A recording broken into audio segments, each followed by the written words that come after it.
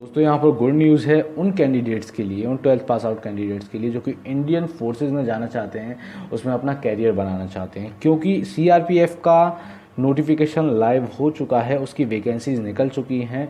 तो दोस्तों यहाँ पर एक बार फिर से आपका स्वागत करता हूँ सरकारी पाठशाला में, जहाँ पर आज हम सीआरपीएफ की जो वैकेंसीज निकली हैं उसकी सारी जानकारी लेंगे। तमाम जानकारी उसके नोटिफिकेशन से लेके उसके एग्ज़ाम टाइम तक बीच में जितना भी प्रोसीजर होता है वो सारा हम समझेंगे यहाँ पर। तो चलिए बिना वक्त को ज़ाया किए शुरुआत करते हैं, देखते हैं क्या है और किस तरीके से करना है। तो दोस्तों अगर बात की जाए सीआरपीएफ यानी कि सेंट्रल रिजर्व पुलिस फोर्स की, तो उसमें वैकेंसीज निकाली हैं, जो वैकेंसीज प्रोवाइड कराई हैं वो वैकेंसीज निकली हैं एसआई की यानी कि sub inspector, ASI assistant sub inspector, सीटी यानी कि कांस्टेबल, इसकी वैकेंसीज यहाँ पे प्रोवाइड हुई हैं। और अगर नोटिफिकेशन की बात यहाँ पे की जाए तो नोटिफिकेशन जो है वो लाइव हुआ है 6 अप्रैल 2017 को, और उसकी एग्ज़ाम लास्ट डेट जो है उसको फिलअप करने की वो 5 मई 2017 है। और अगर बात की जाए एग्ज़ाम डेट की तो 13 जुलाई 2017 इसकी एग्ज़ाम डेट है, और जुलाई ही में ही इसका एडमिट कार्ड आएगा। जैसे कि ज़्यादातर जॉब्स के अब एडमिट कार्ड जो होते हैं वो लगभग एक हफ्ते पहले या 10 दिन पहले आते हैं, तो उसी लिहाज से इसका एडमिट कार्ड भी जहाँ तक है 20 जुलाई तक इसका एडमिट कार्ड आ जाना चाहिए। तो अगर बात की जाए, ये तो थी इसकी नोटिफिकेशन की, इसके एग्जामिनेशन डेट या फिर इसके नोटिफिकेशन लाइव होने तक की डेट, वो सारी जानकारी। अब देखते हैं इसका फीस स्ट्रक्चर क्या है। दोस्तों यहाँ पे बात की जाए, अगर आप एसआई यानी कि सब इंस्पेक्टर के लिए यहाँ पे अप्लाई करते हैं तो उसके लिए आपको 200 रुपये की फ़ीस देनी होगी। अगर आप एएसआई असिस्टेंट सब इंस्पेक्टर के लिए अप्लाई करते हैं तो उसके लिए आपको 100 रुपये की फ़ीस देनी होगी। वहीं पर अगर आप कांस्टेबल के लिए अप्लाई करते हैं तो वहाँ उसके लिए आपको फिर से 100 रुपये की फ़ीस देनी होगी। और अगर आप बिलोंग करते हैं एससी, एसटी या एक्स सर्विसमैन के कोटे से, इससे आप बिलोंग करते हैं तो फिर उसमें आपको कोई फीस नहीं देनी होगी यहाँ पे, और आप फ्री ऑफ कॉस्ट अपना फॉर्म फिलअप कर सकते हैं, उसके एग्जाम में अपीयर हो सकते हैं। तो दोस्तों ये तो थी फीस और नोटिफिकेशन की जानकारी। अब देख लेते हैं वैकेंसीज क्या हैं, किस तरह से वैकेंसीज निकली हैं और किसकी कितनी वैकेंसीज यहाँ पर निकली हैं। तो बात की जाए वैकेंसीज की, तो यहाँ पर टोटल वैकेंसी जो सीआरपीएफ हमें प्रोवाइड करा रहा है वो 240 वैकेंसीज यहाँ पर प्रोवाइड करा रहा है हमें। और बात की जाए अगर एसआई की यानी कि सब इंस्पेक्टर की जो वैकेंसीज है यहाँ पर, वो टोटल नंबर ऑफ वैकेंसीज जो है वो 135 वैकेंसीज यहाँ पर सब इंस्पेक्टर की है, जिसकी एज लिमिट जो है वो 21 to 30 ईयर्स है। क्वालिफिकेशन सब इंस्पेक्टर की जो है 10+2 है, यानी कि 12th पास आउट होना चाहिए with 3 year diploma in civil, यानी कि सिविल इंजीनियर में उसके पास 3 साल का डिप्लोमा हो तो एसआई के लिए वो बंदा एलिजिबल होगा, क्योंकि एसआई जो है वो सिविल इंजीनियर की लाइन में यहाँ पे एसआई है। और बात की जाए एएसआई यानी कि असिस्टेंट सब इंस्पेक्टर की, तो उसकी जो नंबर ऑफ वैकेंसीज हैं वो 3 यहाँ पे वैकेंसीज हैं। एज की बात की जाए तो 18 से 25 इसकी एज है। इसके लिए जो क्वालिफिकेशन हमें चाहिए वो चाहिए मैट्रिक पास यानी कि 10th पास आउट होना चाहिए इंग्लिश के साथ, और उसके बाद डिप्लोमा होना चाहिए कैंडिडेट के पास सिविल और मैकेनिकल में, सिविल या मैकेनिकल में। तो ये क्वालिफिकेशन आपके पास होनी चाहिए एएसआई के लिए। और बात की जाए अगर कांस्टेबल की, तो कांस्टेबल में यहाँ पे कई तरह की निकली है, प्लम्बर, इलेक्ट्रीशियन, पेंटर, कारपेंटर, ये सारी इलेक्ट्रीशियन कांस्टेबल की जो है वैकेंसीज उसमें निकली हैं। बात की जाए मैसून की तो 65 वैकेंसीज मैसून में है, प्लम्बर में 11 वैकेंसीज हैं, इलेक्ट्रीशियन की 4 वैकेंसीज हैं, पेंटर की 6 वैकेंसीज हैं और कारपेंटर की 6 वैकेंसी हैं। एज लिमिट इसकी भी 18 से 23 साल है। और अगर बात की जाए क्वालिफिकेशन की, तो इसमें 10th क्लास पास आउट होना चाहिए बंदा, और उसके पास 1 साल के एक्सपीरियंस होना चाहिए। एक्सपीरियंस ऐसा नहीं कि आप जाके वहां पर बोल दें कि मैं एक्सपीरियंस हूँ, मैंने जॉब कर रखी है, उसका एक्सपीरियंस है, इस तरीके से उसका आपके पास एक्सपीरियंस का सर्टिफिकेट होना चाहिए जो आप वहां पर दिखा सकें अपने डॉक्यूमेंटेशन के टाइम पर। तो 1 साल का एक्सपीरियंस होना चाहिए रिक्वायर्ड फील्ड में। जैसे कि आप पेंटर हैं तो पेंटर का 1 साल का एक्सपीरियंस हो, कारपेंटर है तो कारपेंटर का 1 साल का वैलिड एक्सपीरियंस हो। तो ये सारी वैकेंसीज जो यहाँ पर है 135, 65, 11, ये सारी वैकेंसीज डिफरेंट जो आपके कैटेगरी हैं उसके अंदर हैं। लेकिन यहाँ पे बात की जाए अगर पेंटर और कारपेंटर की, तो पेंटर और कारपेंटर में एसटी के लिए कोई वैकेंसीज यहाँ पर प्रोवाइड नहीं है, एसटी में इनकी कोई वैकेंसीज प्रोवाइड नहीं हुई है। तो ये तो थी हमारी वैकेंसीज यानी कि 240 पोस्ट जो लाइव हुई हैं, और पोस्ट के बारे में पूरी जानकारी, एज की भी जानकारी। अब एज के बारे में हम यहाँ पे एक और फैक्टर देख लेते हैं कि वो क्या है जो लोगों को कंफ्यूज करता है। दोस्तों यहाँ पे एज जो मेजर होने वाली है वो एज मेजर होगी 5 मई 2017 तक, यानी कि जो अगर जैसे कि मान लीजिए एसआई में 21 to 30 ईयर की एज मांगी है, तो जो 30 ईयर आपकी मैक्सिमम एज है वो 5 मई 2017 तक मेजर होगी। और इसमें अगर बात की जाए रिलैक्सेशन की, तो रिलैक्सेशन जैसा कि ज़्यादातर जॉब में मिलता है रिलैक्सेशन 5 साल का रिलैक्सेशन मिलेगा अगर आप SC या ST के कैंडिडेट हैं, और अगर 3 साल का एक्सपीरियंस रिलैक्सेशन मिलेगा आपको अगर आप OBC के कैंडिडेट हैं। और देखते हैं अब यहाँ पे सैलरी क्या है, जो कि जॉब का सबसे इंपॉर्टेंट फैक्टर होता है। ज़्यादातर लोग सैलरी के बारे में जानना पसंद करते हैं। तो दोस्तों 12th पास आउट के लिए सैलरी इतनी बुरी नहीं है। देखा जाए तो SI को जो ग्रेड पे यहाँ पे मिल रहा है वो 4200 का मिल रहा है, ASI को जो ग्रेड पे यहाँ पे मिल रहा है वो 2800 का मिल रहा है, और कांस्टेबल को 2000 रुपये का यहाँ पे ग्रेड पे मिल रहा है। तो देखी जाए तो आप 12th पास आउट से इस फॉर्म को फिलअप कर रहे हैं, और 12th पास आउट से ग्रेड पे काफ़ी अच्छा है SI ASI या फिर कांस्टेबल का देखा जाए तो 12th पास आउट से यहाँ पे बेसिकली SI है, तो काफ़ी अच्छा ग्रेड पे है SI 12th पास आउट के लिहाज से। अब देखते हैं, ये तो थे हमारी सैलरी बेस की जानकारी जो कि काफ़ी अच्छी है सैलरी। अब देखते हैं हमारे और स्टैंडर्ड हमको क्या फुलफिल करने होंगे जिससे कि हम इस जॉब को ले सकें। तो उसके लिए हमारे पास PST यानी कि फिजिकल स्टैंडर्ड टेस्ट और PET यानी कि फिजिकल एफिशिएंसी टेस्ट, इनसे गुजरना होगा, क्योंकि ये किसी भी इंडियन फोर्सेज में जाने के लिए सबसे इंपॉर्टेंट फैक्टर होता है हमारा फिजिकल। तो देखते हैं फिजिकल क्या है इसमें। बात की जाए दोस्तों अगर सब इंस्पेक्टर की, तो उसमें हाइट जो हमें चाहिए वो 170 मीटर की हाइट होनी चाहिए, 170 सेंटीमीटर की हाइट होनी चाहिए। चेस्ट हमारी 80 to 85 होना चाहिए, यानी कि 80 सेंटीमीटर हमारी चेस्ट बिना फुलाए होनी चाहिए, बिना एक्सपेंशन के 80 सेंटीमीटर होना चाहिए। एक्सपेंशन इसमें 5 सेंटीमीटर का मांगा जाता है, जिसके साथ 85 सेंटीमीटर यहाँ पे हो जाएगी। और सब इंस्पेक्टर के लिए जो रनिंग है वो चाहिए होगी 1.6 किलोमीटर 9 मिनट के अंदर, यानी कि 9 मिनट उसका मैक्सिमम टाइम लिमिट है उसको क्वालिफाई करने के लिए। अब बात की जाए ASI की, तो हाइट इसमें ही 170 सेंटीमीटर है, चेस्ट सेम है 80 to 85 centimetre, running 1.6 kilometre in 6.30 second, यानी कि 6.5 मिनट में हमें रनिंग यहाँ पर करनी होगी 1.6 किलोमीटर की। फिर उसके बाद 100 मीटर की रेस होगी जो कि 16 सेकंड में हमको फुलफिल करनी होगी। लॉन्ग जंप 3.65 मीटर जिसके 3 चांस मिलेंगे हमको। हाई जंप इसके भी 3 चांस मिलेंगे, 1 से 2 मीटर की होगी, 1.2 मीटर की होगी। और शॉर्ट पुट इसके भी 3 चांस मिलेंगे जिसके 16 लैप्स होंगे 4.5 मीटर के।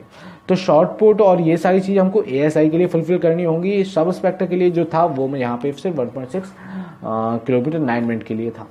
तो ये तो हमारे ASI के लिए हो गई। अब देखते हैं कांस्टेबल की। यहाँ पे कांस्टेबल की बात की जाए तो कांस्टेबल में 170 सेंटीमीटर 80 to 85 सेंटीमीटर चेस्ट हो गई, 170 सेंटीमीटर हाइट हो गई, और यहाँ पे रनिंग जो होगी 1.6 किलोमीटर 9 मिनट के अंदर उसको रनिंग यहाँ पे निकालनी होगी। लेकिन अगर आप ST के कैंडिडेट्स हैं तो वहीं पे आपको रिलैक्सेशन मिलेगा इसमें, और आपकी जो हाइट होगी वो 162.5 सेंटीमीटर होगी, और आपकी चेस्ट जो होगी वो 77 होगी बिना फुलाई यानी, और एक्सपेंशन के साथ वो हो जाएगी 82 यानी कि 5 सेंटीमीटर के फुलाप के बाद। तो ये हमारी फिजिकल रिक्वायरमेंट जो इस जॉब की रिक्वायरमेंट है, फिजिकली जो रिक्वायरमेंट है वो यही है इस जॉब की। अब देखते हैं, अगर आप बिलोंग करते हैं दोस्तों एक्स सर्विसमैन से, तो ना ही आपको रेस की ज़रूरत है, ना ही आपका फिजिकल एफिशिएंसी टेस्ट होगा, ना ही फिजिकल स्टैंडर्ड टेस्ट होगा। लेकिन जिस वक्त ये सारी प्रोसेस होगी उस वक्त आपको वहाँ पे अवेलेबल होना होगा, लेकिन आपको इन सारी प्रोसेस से गुजरना नहीं होगा अगर आप एक्स सर्विसमैन हैं। एक्स सर्विसमैन कौन किस कैटेगरी के, जैसे कि आप आर्मी से रिटायर्ड हैं तो वो एक्स सर्विसमैन की कैटेगरी में आ जाते हैं बंदे।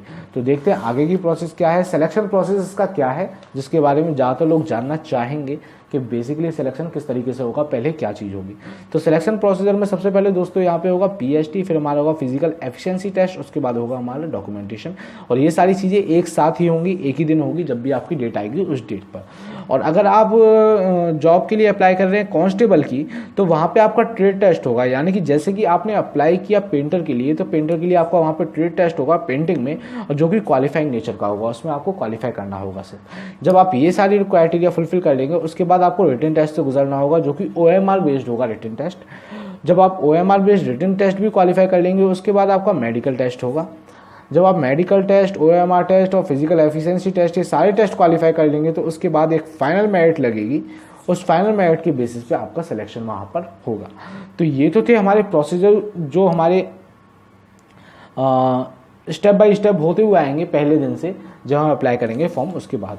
अब देखते हैं इसका पेपर पैटर्न क्या है दोस्तों, जिस पेपर पैटर्न के हिसाब से हम समझ पाएंगे बेटर तरीके से कि किस तरीके से हमें पढ़ाई करनी है, किस तरीके से हमें तैयारी करनी है।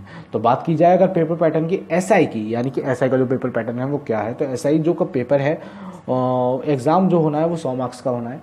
3 पार्ट में इसका एग्ज़ाम होगा। 3 पार्ट में मतलब एक एग्ज़ाम में ही 3 पार्ट होंगे, इसका ये मतलब नहीं कि 3 एग्जाम होंगे, सिंगल एग्जाम होगा, 3 पार्ट होंगे। उसमें पहले पार्ट में आपका आएगा प्रोफेशनल लैंग्वेज, जिसमें सिविल इंजीनियरिंग के क्वेश्चन आपसे पुटअप किए जाएंगे और वो क्वेश्चन होंगे 50 मार्क्स के। सेकेंड पार्ट जो होगा जनरल अवेयरनेस का होगा, जो कि 25 मार्क्स का आएगा। थर्ड पार्ट जो होगा वो फिजिक्स, केमिस्ट्री और मैथ के 12th बेस्ड क्वेश्चन उसमें आपसे पूछे जाएंगे, जो कि 25 मार्क्स के फिर से होंगे। इस तरीके से यहाँ पे 100 मार्क्स का क्वेश्चन पेपर ये बनता है। अब बात की जाए एएसआई की, तो एएसआई के लिए भी 100 मार्क्स का ही क्वेश्चन पेपर होगा, लेकिन इसके दो पार्ट में डिवाइड होंगे। पहला पार्ट जिसमें मैथ के 15 क्वेश्चन आएंगे, साइंस के 15 क्वेश्चन आएंगे, इंग्लिश जो आपकी 10th क्लास तक के लेवल की आएगी उसके 15 क्वेश्चन आएंगे, जनरल नॉलेज के और या फिर जनरल अवेयरनेस के 15 क्वेश्चन आएंगे। तो इस तरीके से पार्ट 1 जो बनता है वो बनता है 60 मार्क्स का, यानी पार्ट 1 से जो टोटल क्वेश्चन आएंगे वो 60 मार्क्स के आएंगे। अब बात की जाए पार्ट 2 की, तो पार्ट 2 में प्रोफेशनल नॉलेज जो कि 40 मार्क्स की आएगी और ये रिलेटेड टू होगी जॉब की, यानी कि आप जिस जॉब के लिए अप्लाई कर रहे हैं उस जॉब की। अब बात करते हैं कांस्टेबल की, तो कांस्टेबल यहाँ से फिर से कांस्टेबल का भी 100 मार्क्स का ही पेपर होने वाला है, 100 मार्क्स का एग्जाम होने वाला है। पार्ट 1 और पार्ट 2 दो पार्ट में इसको डिवाइड किया गया है दोस्तों। और पार्ट 1 जो होना है वो 40 मार्क्स का होना है, जिसमें general awareness, analytical aptitude, maths, knowledge of English और हिंदी की हल्की फुल्की सी नॉलेज, ये चीज़ें पूछी जाएंगी 40 मार्क्स की, जो कि आएंगे। सेकंड पार्ट होने वाला है सेपरेट क्वेश्चन, जिसमें सेपरेट क्वेश्चंस पूछे जाएंगे आपके डिजायर्ड जॉब से, जैसे जॉब के लिए आप अप्लाई कर रहे हैं। जैसे कि आप कारपेंटर के लिए अप्लाई कर रहे हो तो कारपेंटर के लिए, पेंटर के लिए अप्लाई कर रहे हो तो पेंटर के लिए, आप जिस भी फील्ड में अप्लाई कर रहे हैं उसी फील्ड से रिलेटेड आपको 60 मार्क्स का पेपर 2 देना यहाँ पर होगा। तो पेपर 2 पे उसी के 60 मार्क्स के क्वेश्चन आएंगे। तो दोस्तों ये तो थी सारे प्रोसीजर, सारी जानकारी जो भी थी यहाँ पर सीआरपीएफ से रिलेटेड, उसके एसआई, एएसआई, कांस्टेबल में जितने भी क्राइटेरिया उन्होंने फुलफिल करने के लिए बोले, तो वो सारे क्राइटेरिया यहाँ पर आपको बता दिए गए हैं। आई होप आपको कोई डाउट इसमें नहीं रह गया हो, क्योंकि जो भी चीज़ें हैं यहाँ पर बता दी गई हैं। और हाँ, इसमें अगर आपको बता दूँ, अगर आप स्पेक्स लगाते हैं कि चश्मा लगाते हैं, आपको आंखों की प्रॉब्लम है, तो उसके लिए कुछ लिमिट्स हैं। उस लिमिट्स के अंदर अगर आप आते हैं तो उसके लिए फॉर्म को अप्लाई कर सकते हैं। तो वो आप फॉर्म, वो लिमिट्स आप चेक कर सकते हैं सीआरपीएफ के नोटिफिकेशन में, या फिर आपकी बॉडी पे टैटू बना हुआ है, कोई आपने टैटू बनवाया है तो उस टैटू की भी कुछ लिमिट्स हैं, उस लिमिट के अंदर ही टैटू होगा तो आप अप्लाई कर सकते हैं। तो वो भी आप चेक कर लीजिएगा, जिससे कि कहीं ऐसा ना हो आप इन दो क्राइटेरिया को फिलअप ना करें और आप बेवजह का फॉर्म भर दें और डिस्क्वालीफाई हो जाए।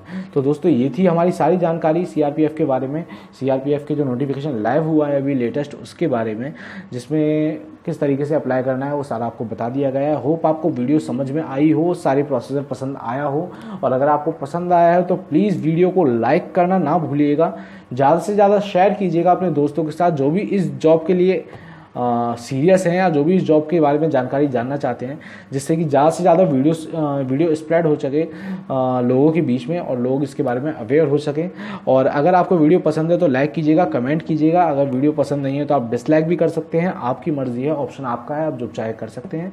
और अगर आप चाहते हैं इस तरीके से सारे नोटिफिकेशन आपके पास लाइव पहुँच जाएँ, आपको हर तरह की जानकारी मिल जाए किसी भी गवर्नमेंट जॉब से रिलेटेड, तो आप इस चैनल को सब्सक्राइब कर सकते हैं, जिसके लिए आपको नीचे जाकर सब्सक्राइब के ऑप्शन पर क्लिक करना होगा। उसके बगल में जो बेल आइकन होगा उस पर भी क्लिक करना होगा, जिससे कि जब भी कोई नोटिफिकेशन आएगा, लाइव होगा, कोई भी नई जॉब निकलेगी गवर्नमेंट जॉब, उसके बारे में सारी जानकारी यहाँ पे आपको प्रोवाइड करा दी जाएगी और आप आराम से उस जॉब से अपडेट हो सकेंगे और देख सकेंगे आप उसके क्राइटेरिया को फुलफिल करते हैं या नहीं। तो दोस्तों यही थी आज की वीडियो, जिसमें सीआरपीएफ के रिलेटेड जानकारी में लेकर आया था। होप आपको वीडियो पसंद आई हो। अगर आप अपना कुछ सुझाव देना चाहते हैं तो आप कमेंट बॉक्स में कमेंट कर सकते हैं। तो आज की वीडियो में इतना ही दोस्तों, मिलते हैं अगली वीडियो में, तब तक के लिए धन्यवाद।